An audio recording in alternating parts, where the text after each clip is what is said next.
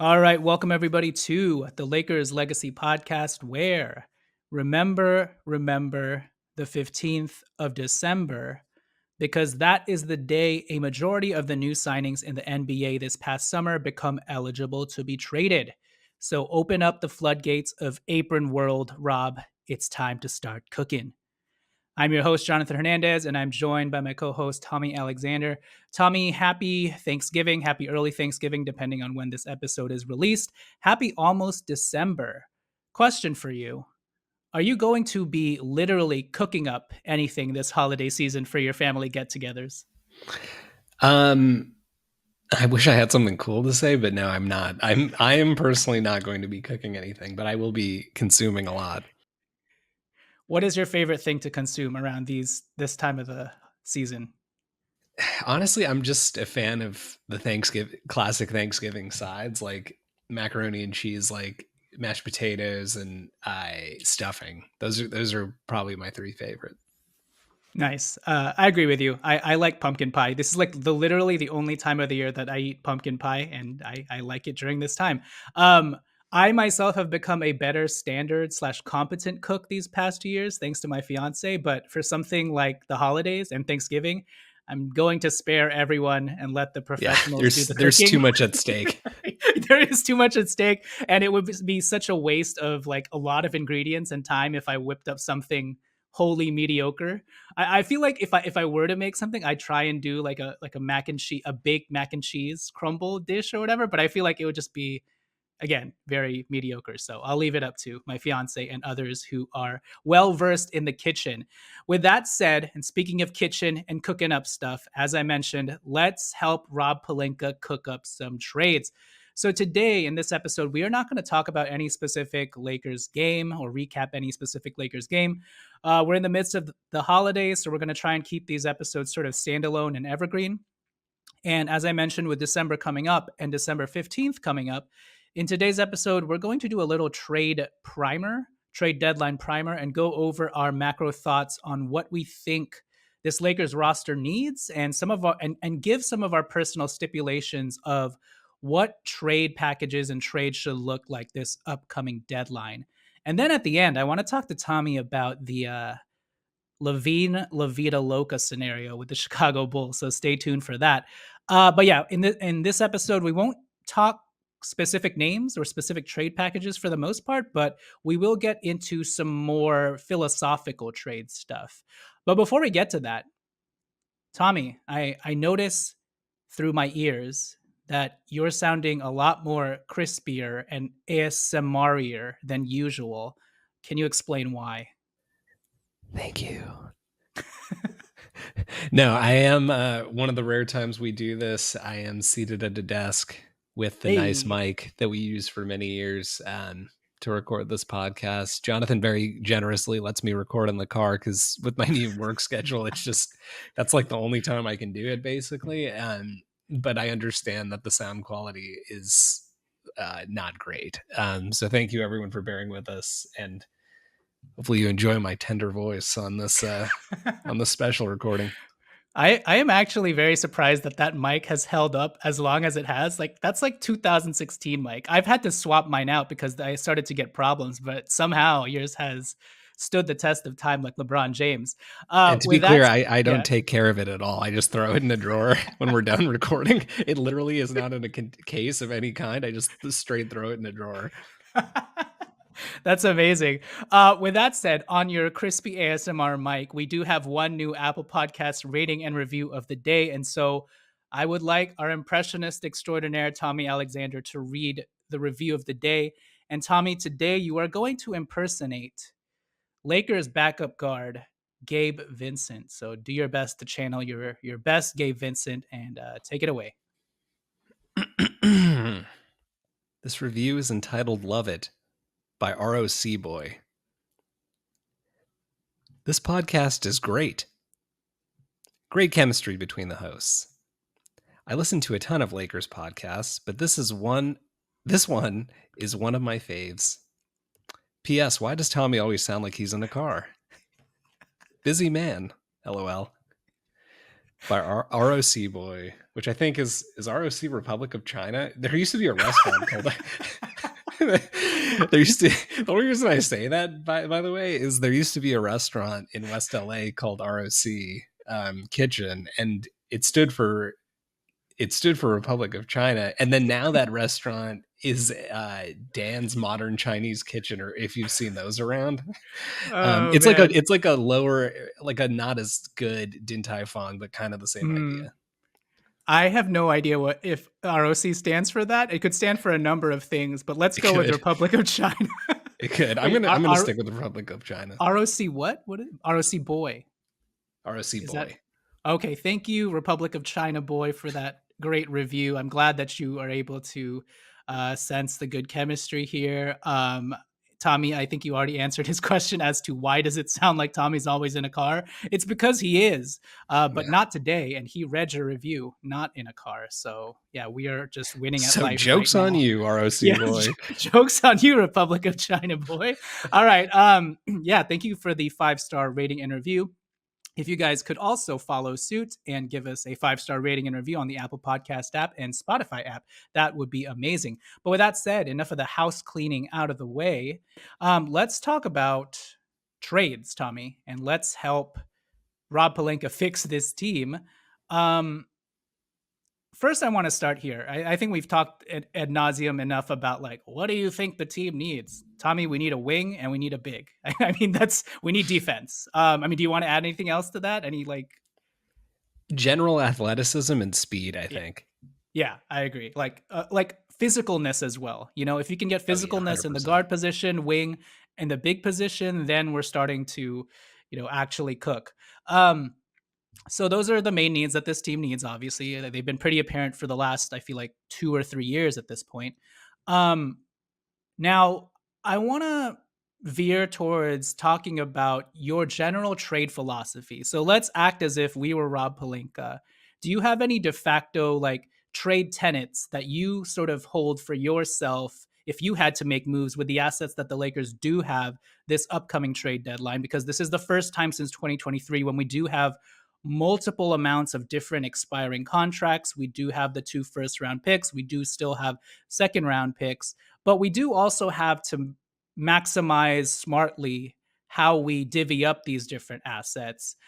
So, with that being said, do you have any specific trade stipulations of your own that you're sort of moving forward with in terms of what you want to see happen? Not that Rob will 100% do this, but in the most optimized sense of what a trade deadline looks like for the Lakers, like how would you approach this? And for example, like one of these stipulations could be like we've said in the past, if the Lakers trade D'Angelo Russell, they better get a backup point. They better get a backup point guard back in the trade itself or on the buyout market, like something like that. But do you have anything else besides like what I just said? So I think the main one for me is whatever we end up, if we end up using our first round pick in a trade, which I think, to get better, we're going to have to use at least one of them. But if we use one of them, I would really, really like Gabe Vincent to be involved in that trade. Gabe But he Vincent has just he another. just read our rating and review so well, though. He did. He did. Oh, you forgot to ask me. You forgot to ask me Oh, what. oh yeah, okay. So now that we're on Gabe Vincent, what went into your channeling of Gabe Vincent for your rating and review? I tried to imagine what it would be like to play multiple NBA games and put up zero stats in There you every go. category. But no, Uh, seriously, because of Gabe's extra year, I think if we're using a first round pick to the extent we need, like, that salary ballast that we're always talking about, and Gabe is at a decent um, salary number to be that ballast that you sometimes need.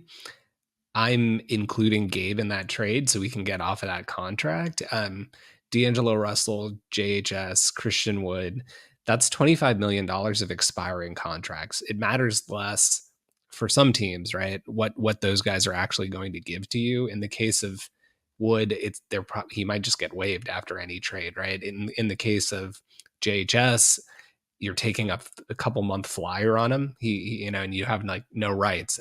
I mean, you have like early bird rights because he didn't even have a 3-year contract.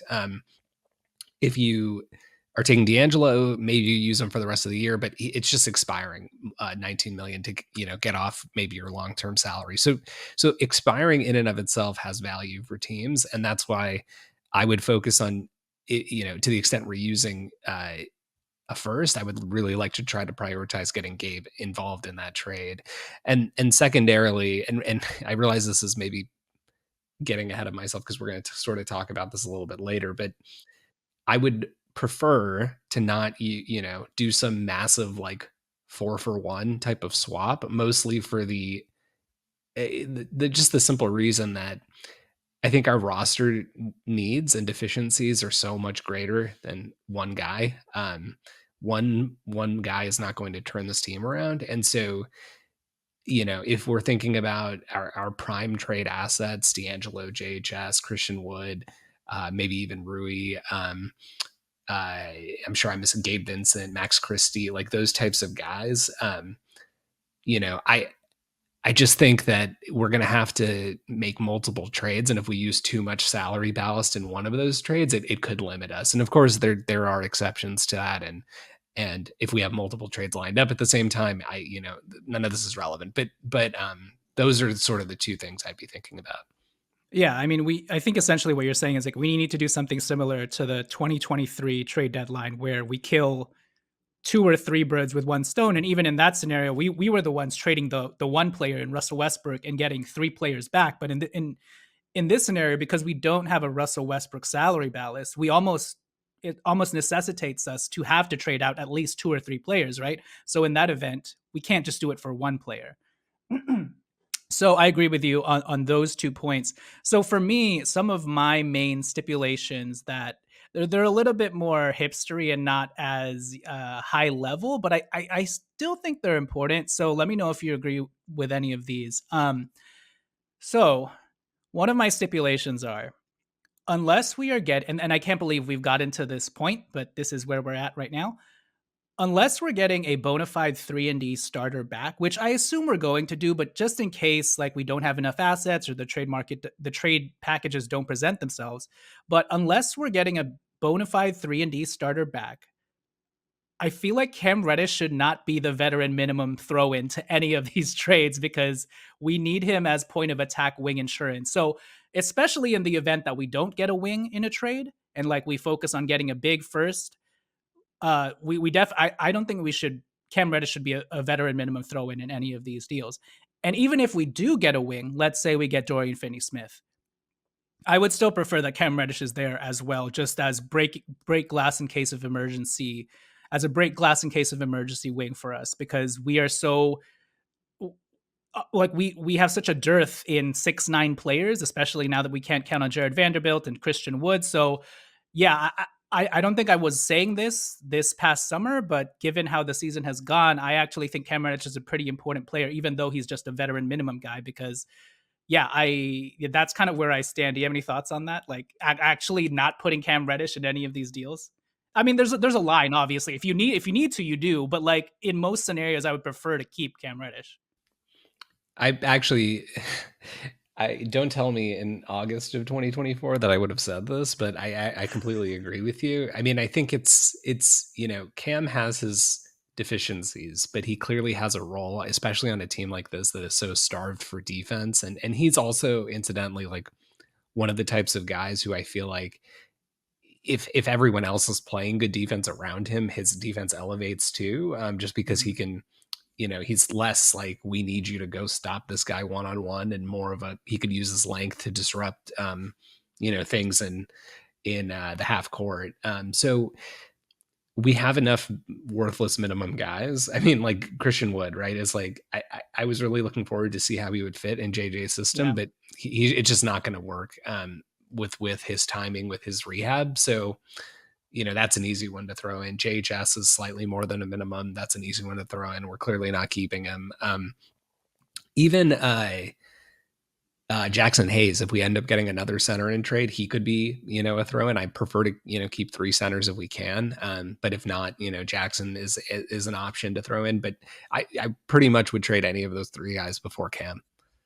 Yeah, I'm gonna go back in time, use my time machine, and talk to August 2024 Tommy and replay this audio back to you. Yeah. And um, you remind me that Cam Reddish is good. You've been telling Cam, me. I told you Cam Reddish is good. He's been hitting his catch and shoot threes, and at one point is the best was the best 3 point percentage shooter on the Lakers. We'll see how long that lasts. Okay, one of my other trade stipulations or trade tenants is kind of along the same lines with Cam, but if Rui Hachimura is traded, I feel like we cannot downgrade in size. Obviously, if you're able to get size in an ancillary trade, in a separate trade, that's fine. But what I'm saying is, in the aggregate, after we're done with all of our moves, we cannot come back with a team that is all of a sudden, it doesn't matter if you get more defenders like Bruce Brown. I don't want a team that all of a sudden is missing more 6'8" guys. So if Rui Hachimura is traded, we need to get legit size back for Rui, someone who is at least 6'8" or taller. Because again, I do not want to downgrade in size and do something like Rui for Bruce Brown unless there is an attached trade to it or a corresponding trade that also brings back another 6'8" guy. Would you agree? Yeah, I agree with that. Cool, pretty simple. And then I guess my last one, and it's pretty simple as well. If possible, and I think this is just naturally going to happen because of the way the Lakers are structured, and I'm gonna guess at least one of the teams that they trade with, they're probably going to be an East Coast team who's a tank team, so they probably don't have to worry about apron rules or anything like that. But just want to make it clear, if possible, I think the Lakers need to not only open up one or two roster spots in any trade, so they need to be the ones that are giving more players than they have players coming in.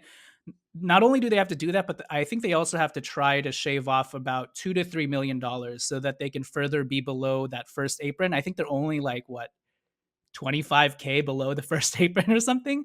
And they need to do that because if they're able to free up some roster spots, they also then need to have actual prorated veteran minimum money to use to sign another free agent. You know what I'm saying? So like if we trade D'Angelo Russell and JHS and Gabe Vincent or whatever, we need to make sure that one, we're not getting three players back, but most importantly, that we also have we're also taking back less salary so that then we can use that difference below the first apron to then go out and sign a Markel Fultz. Do you agree with me? Yeah. Cool. So that is it for our trade tenets and stipulations. Next, we're going to talk about the Chicago Bulls scenario and see where we stand with regards to that oft talked about trade package.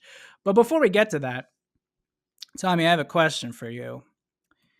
Do you know when people say that phrase, doggone it? Yes. Have you ever asked yourself why they don't say underdog got it? I have never asked myself that. Well, I just asked myself that and asked you that because underdogs got it when it comes to fantasy sports betting. Underdog is the place to play if you're a sports fan looking to win money while watching sports. Compete against other players just by selecting higher or lower on two or more players' stats, and you could win up to 1,000 times your money. So far, I've been losing all of my like 5 leg parlays because simple 3 leg parlays are already tough to hit in general. So a 5 leg one is nearly impossible. But I have been having luck recently using Underdog's Flex Play, which allows you to submit like a 4 leg or 5 leg parlay and still win money if you miss one prop. So if I have a 5 leg parlay, as long as I win four, which actually I've been doing pretty consistently, as long as I win four out of that 5 leg parlay, I still win. Now, you win way less money doing this flex option if you're able to hit on all 5 plays, but at least you ensure yourself that as long as you hit 4 out of 5 or 3 out of 4, you're still gaining a little bit of money back and not losing money, most importantly. So, if you want to flex your way into the betting discussion like I have, download the Underdog app, sign up, and use code LEGACY and get up to $1,000 in bonus cash instantly. Again, download the Underdog app, sign up, and use code LEGACY and get up to $1,000 in bonus cash. Higher or lower, you make the call. Turn every JJ Redick broken clipboard into a win with Underdog. All right, now I got to do this thing. Must be 18 plus, 19 plus in Alabama, Nebraska, 19 plus in Colorado for some games, 21 plus in Massachusetts and Arizona, and present in a state where Underdog Fantasy operates. Terms apply. Void in Colorado. Concerned with your play? Call 1-800-GAMBLER or visit www.ncpgambling.org. Arizona, 1-800-NEXT-STEP, 1-800-639-8783, or text NEXT STEP to 53342. New York, call the 24/7 Hope line at 1-877-8-HOPE-NY or text HOPE-NY 467369. All right, let's take it to our sponsors, and when we return, let's talk about some bull. All right, so we are back. Tommy, quick question before we get into the Chicago Bulls Zach Lavine talk, but how do you feel about Maxwell Lewis right now? 6'7", 7'1" wingspan. He's been really good in the G League so far this season with the South Bay Lakers. If the Lakers are able to make the moves they need to make, are you fine with Maxwell Lewis occupying effectively another dead roster spot in hopes that next year we'll be able to utilize him, especially considering what's happened with guys like Scottie Pippen Jr. and Jay Huff? I don't know if it makes you want to at least hold on to Maxwell Lewis a bit longer to see what happens. JHS is fine. You cut your losses there. It makes sense. He's a guard who's not good at anything. But Maxwell Lewis actually has the measurables that sort of help lift his ceiling and upside.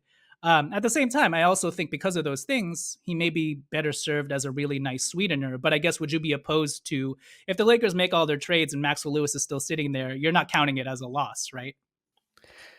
I'm not counting it as a loss. I mean, I think, I want to be clear that I don't think it's like I don't want it to come across as like overreacting to what happened to Pippen and Huff. I mean, Huff, for example, is having a very fine year. He certainly would be helping us if he was on our team. But he's averaging his 9 points. He's shooting well. He's only getting 2 rebounds a game. Scottie Pippen Jr. is just like having an amazing year. And it seems like every time he gets an opportunity, he's dropping 30, which is crazy. But the thing about Maxwell that makes it a little bit hard. Well, and one more thing I'll say about Huff is he's 27 years old currently. So Yeah. that's like pretty crazy too. But on Maxwell, I'm okay holding on to him, not because of a reaction necessarily to Pippen and Huff, but more so like these guys with this type of archetype, pretty athletic, very long, lanky type of build, has shown some potential to be able to hit outside shots, has shown some potential to be able to put it on the floor, has shown some interest in becoming a defender and understanding what is going to help his teams win. He's constantly making comments in the media like, we're just all of us are looking up to Dalton Connect and other young guys at Max Christie who had some success with the NBA team, and we're trying to make sure that we don't do too much and we stay within our game. Things like that sort of suggest he's on the right track.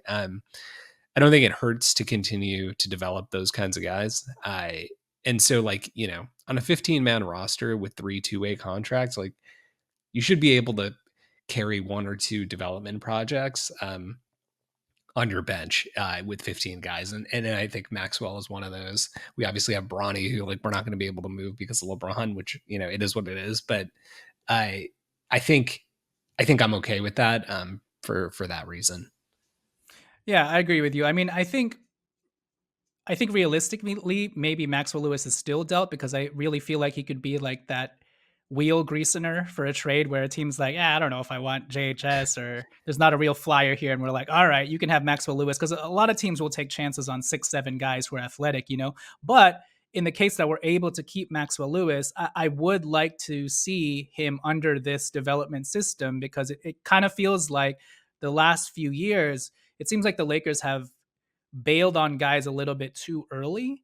And at a time too when they're just trying to establish this new culture and foundation that it seems like is doing pretty well with the South Bay Lakers and like all of the other young guys that the Quincy Oliveres, Christian Colocos of the world. And so if we can have a 6-7 wing along to keep along with that crop, I would like to see it through one year longer. But I would totally understand though if Maxwell Lewis just ends up being the like the Moritz Wagner, Svi Mikhailuk casualty, collateral damage in a trade later. Because I remember, I think when we were freeing up cap space to get like a third max or whatever, um, Rob Pelinka essentially just dumped Mo Wagner and Svi Mikhailuk to the Washington Wizards, and Mo Wagner has turned out to be a very serviceable backup in this league. So yeah, that's that. Those are our thoughts on Maxwell Lewis. Having said that, now let's talk about the Chicago Bulls and the Zach Lavine plan. So we were talking about the Zach Lavine plan pretty much all last year, but since he was injured for much of the year, it just became nothing. And, because D'Angelo Russell had such a pretty much a career year, it just didn't make sense to trade not only D'Angelo Russell, but also trade Rui Hachimura, also trade this guy to match Zach Lavine's $46 million salary just to get Zach Lavine. And then on top of it, at the time, the calculus was we were still going to have to give up a first on top of all of that. And it didn't make any sense. Now, Zach Lavine has played very well this season. He has, for the most part, been healthy.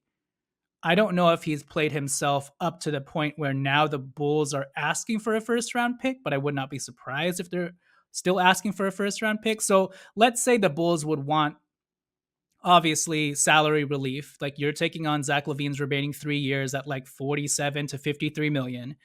And maybe they want 3 seconds on top of that, plus some young flyers. Worst case, let's say the Bulls want like one of our first round picks, but we're able to lotto protect it. Having said that, where do you stand on trading for Zach Lavine? I think for both you and I, we've always been huge Zach Lavine fans. And then for me personally, like back in that Julius Randle draft, that was like, please, can we draft Zach Lavine instead of Randle? I have been on that train ever since, what is that, 2016, 2015? I forget what year that draft was, but I've been a long time Zach Lavine fan, and so I would definitely welcome him in a vacuum. Now, when it comes to constructing a trade, though, you've already sort of mentioned at the top of the episode that you're not interested in trading 3 or 4 guys for one player. Now, in this scenario, so I'm going to give you the trade package I have proposed here. In this scenario, are you more open to it if most of these players are not performing that well for the Lakers? So, for example, this is the trade that I constructed, like an updated Zach Lavine trade. D'Angelo Russell, Rui Hachimura, Gabe Vincent, JHS, Christian Wood, and Maxwell Lewis. Now, this is not going to be the final trade because we're likely going to need a third or fourth team to take on some of these additional flotsam. But let's say that that's the package. D'Lo, Rui, Gabe, JHS, Wood, Maxwell. That is $55.2 million outgoing for Zach Lavine. But we're also going to ask the Bulls for Torrey Craig, expiring $2.8 million.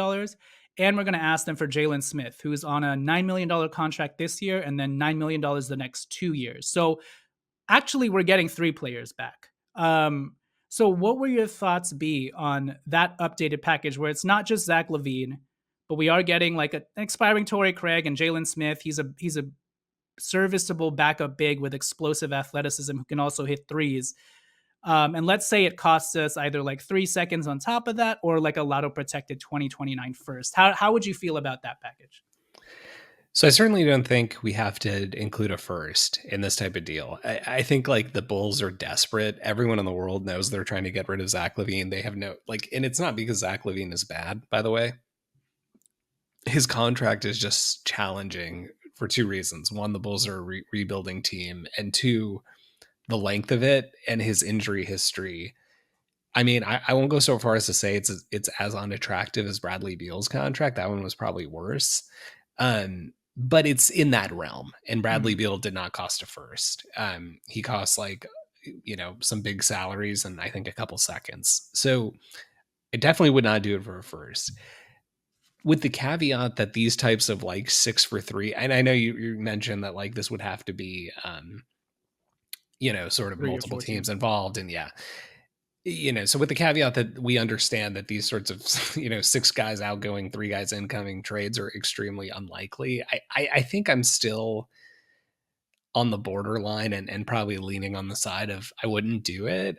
Mostly because it takes us back to that like Westbrook era of giving us and not like from an impact perspective, because Zach Lavine is like, there's no question he would be a great fit. He would be a very clear third option, like the best third option that AD and Braun have had. Sort of gives you what we got from D'Lo last season from an outside shooting perspective, but just gives you so much more consistency, athleticism, and size. No question to me that he would be a huge upgrade for our roster. And not trying to offend Zach Lavine fans, if there are any out there listening to this, but I think it takes us back to that sort of handicap nature that we had when we had Westbrook on our roster, and we have three guys making your entire salary cap basically, and then you're left with very minimal resources to build around that. You can get away with something like that, I think, if you're the Phoenix Suns, but even then, like, you saw what happened when Kevin Durant missed 5 games. They lost 5 in a row. When you're that top heavy, it doesn't give you a lot of margin for error. And so, LeBron's probably going to retire after next season. It's starting to sound like we would have, sort of be saddled to Levine's contract beyond that. I think there's a variety of reasons to not do it. I think Lavine comes like, is the clear, like, big splash, like bring in a third quote unquote star type of move. But I don't even know that I don't know that that's even what this team needs. He doesn't really help on defense. I know the two other guys you mentioned would help on defense, compared to what we have, but you're starting Lavine, you're starting LeBron, you're starting AD. It's three guys who, AD is not going to want to be, giving up looks necessarily to Lavine. LeBron is going to get his looks. You're already neutering then, sort of what Lavine is going to be able to give you offensively. And I just don't think you're getting enough from him defensively, to justify it. I don't think he's a bad defender, but it's all a balance, right? It's like if you're paying a guy $48 million to score, but he's playing next to LeBron James and Anthony Davis, his ability to score is going to be somewhat limited. And so you better be getting value somewhere else. And I just don't know that we're getting the value on the defensive side, after we making a trade like this. Yeah, I think that's fair. If I could play devil's advocate for a bit, I think for me, it's not Russell Westbrookian. It is in terms of like the salary, but it's almost as if the better fitting we traded for the better fitting Russell Westbrook, because I don't really see a scenario where even if we're saddled with Zach Levine's salary for next year at 45 million and then 48 million the next year, which is his last year. I mean, at the baseline level, provided he's healthy, I think that's the biggest thing. Provided he's healthy, I think he's almost like a perfect fit next to Anthony Davis and LeBron James. To your point, he would be what prime deadline D'Lo was last season. And for us, we were all like, that's exactly what the Lakers need. It just needs to extend out to the playoffs. And we know Zach Lavine has no problem extending that out to the playoffs. And we know that Zach Lavine won't have like a sort of identity crisis the way that D'Lo seems to have when it comes to shifting roles. And I think I like the idea of Zach Lavine and the third star again. And I'm not saying this is my preferred trade, by the way. There are a bunch of other marginal trades that I would prefer. I'm just bringing it up to, debate it. But the reason why I'm more open to it is I'm also kind of tired of doing this like little Austin Reeves is the third guy dance. And I'm like, let's just get the third guy so that there is no more confusion. It's Zach Lavine. Austin Reeves, you're coming off the bench. You will be an amazing sixth man. And so I feel like it just slots everyone down perfectly, or a lot better. And I understand there are a lot of ifs and buts with this, like in terms of like, yes, I would do this trade if we also have a trade for a center lined up, but then what salaries are we using after we use most of our salary ballast in this one trade? So I understand the problems there, but I think the other thing too is like I'm pretty high on Jalen Smith. That's kind of coloring like my view of this trade. I think Jalen Smith could actually be a better fit than Rui Hachimura, because Jalen Smith knows his role as a tried and true energy big with athleticism who's versatile on both ends of the floor. And then Torrey Craig is just kind of like your professional 6'5", 3-and-D wing, sort of like I feel like the bulkier Torian Prince, who you can rely on to be a lot more physical than Torian Prince. So looking at it in that respect, I think in a vacuum, I almost am like, let's do this. If I'm taking like a 3-year zoom out look at things, I understand where you're coming from, where it is a little, it is pretty risky. At the same time, I feel like some of that risk is mitigated because Zach Levine is a good fit. And if you told me that he would be healthy for these 3 years, I would be a lot more comforted. What if I told you that, Tommy? Like, Zach Levine will 100% be healthy and play at least 65 games during the duration of his contract. Would you be more open to it? I'd probably be more open to it in that scenario, but again, it just it really really neuters you. It's more, we also need LeBron and AD. You would have to guarantee me LeBron and AD are going to be healthy too, because it's like you lose That's any true. one of, when you're committing that much salary to three guys, any one of those three guys goes down, and it puts that much more pressure on everybody else. And I realize that, like, to some extent that's obvious. But I think that's like the benefit of what our current salary structure is. Like, we have some sort of a little bit of flexibility if guys get hurt around LeBron and AD. But once you add another guy who takes up the whole cap, or pushes you up to the whole cap, then it's like you have a little bit less flexibility with the rest of the roster. And I think your worry too is because I think I'm sure some people will be like, well, who cares about D'Lo and Rui? They're not performing very well. You're more concerned about next year, right? In the coming years of what we're able Yeah, to do. Yeah. yeah. Okay. I agree with you on that standpoint. But yeah, we'll see what happens. And if the Lakers ever end up having to resort to this deal, I would say we even forgot to mention it. The one other positive of this deal is obviously we wouldn't have to give up our 2 first-round picks. So in that scenario, that's probably a huge benefit that we likely won't get in another deal for a pseudo third star. So it's something to keep in mind. But that's currently where we both stand. I'm a little higher on it than I was prior, and Tommy, I think, is still in the same place as he was sort of last season. But yeah, that'll do it for this random standalone evergreen episode. This is sort of like a trade primer as we creep towards December 15th. Otherwise, hope everybody had a good Thanksgiving weekend or is going to have a good Thanksgiving weekend, depending on when I release this. Yeah, we are in full on holiday mode, holiday season as we race towards Christmas and fantasy football playoffs. With that said, we will catch you guys next time. Tommy, I will see you later. Happy gobble gobble day. Peace. Laters.